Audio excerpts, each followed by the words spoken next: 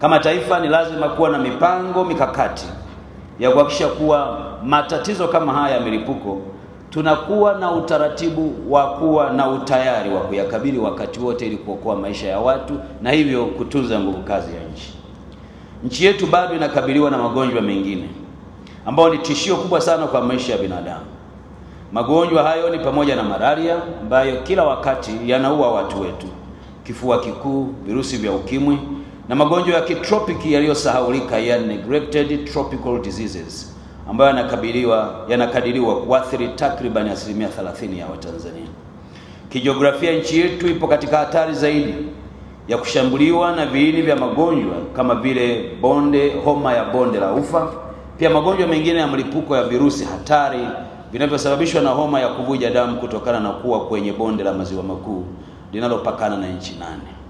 Haya yote kuwa katika jiografia hii bado na yenyewe inaweza kuwa sehemu ya sababu ya sisi kuwa nchi ambayo tutakabiliwa na milipuko ya namna hii mara kwa mara, na kwa hiyo utayari na kujitayarisha kukabiliana na matatizo kama haya si jambo la hiari, ni jambo la lazima.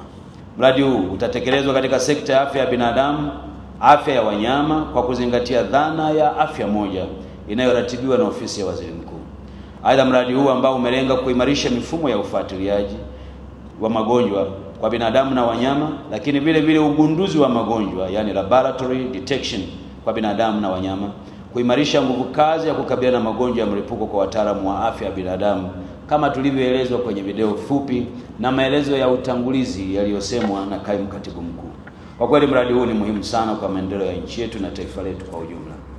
Baada ya kusema hayo mengi, napenda kutamka kuwa mfuko wa dunia wa pamoja wa kukabiliana na magonjwa ya milipuko nchini umezinduliwa rasmi leo tarehe 15 Oktoba 2025 hapa jijini Mwanza. Asanteni kwa kunisikiliza na Mungu awabariki sana.